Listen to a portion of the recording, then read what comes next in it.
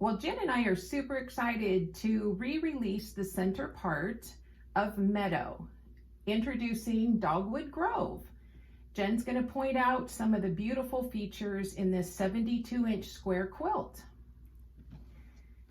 So Jen made this quilt following the pattern for the center applique that was exactly like Dogwood Grove, correct? Meadow. Or yes. Meadow, yeah. Yep, the applique is exactly the same. We have reconfigured some of the block placements and a little bit of the placing. We did more of a watercolor shadowy here corner instead to take out some of the work of the original quilt. So those are done in strip pieces that come apart and add a block to the corner, so it went pretty fast with that. The other blocks are the simple snail's trail in the upper and lower right corners, which we loved from before.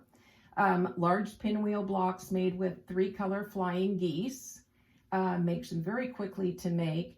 And then just some large hourglasses, and this lovely throw quilt is done. Jen, talk a little bit about the applique and how easy it is, the way you designed the vines.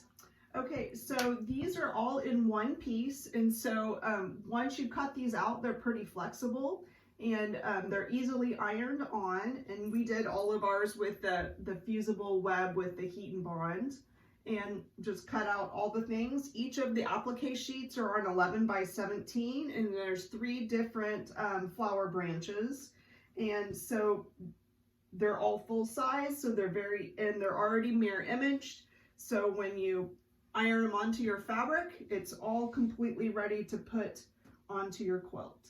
Yes, and if you're those lovely hand appliqueurs, which we're both jealous of, you certainly could do this by hand, and you know how to reverse your pieces so they go.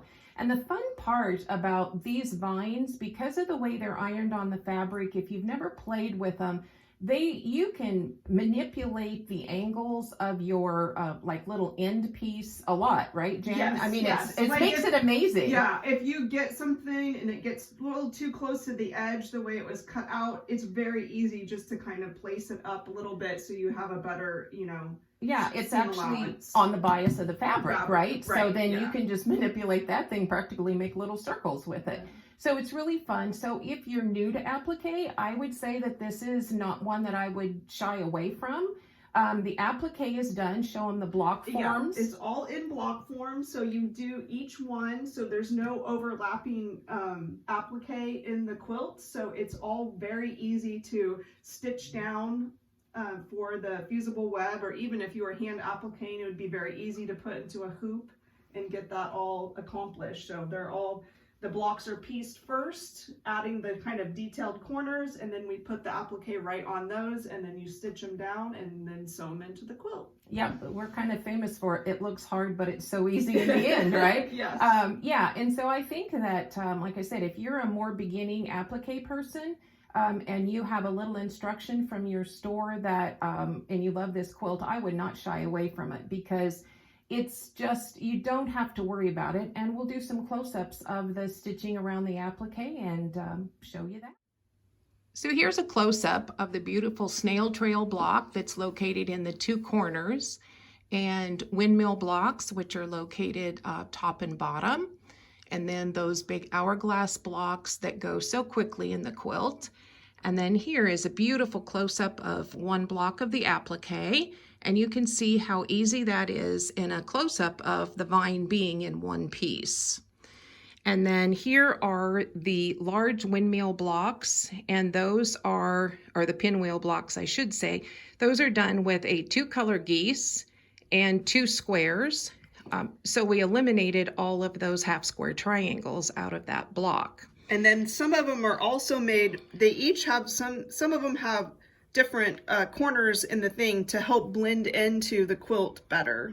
So there's actually 3 versions of that pinwheel. The corners are just slightly different. Yep, they're all made with 3-color geese, but then they may have a half-square triangle in some of the corners instead of a solid square. Into the background. Yeah, how fun is that? And then here is another close-up of the applique and how it goes into the quilt.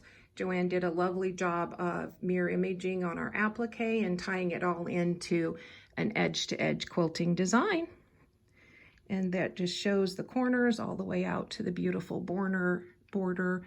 And then again on the corners, then that's kind of shadowy watercolor corners. We think you'll super enjoy making this quilt. Again, even if you're a new appliquer or a new piecer, they're all very large pieces.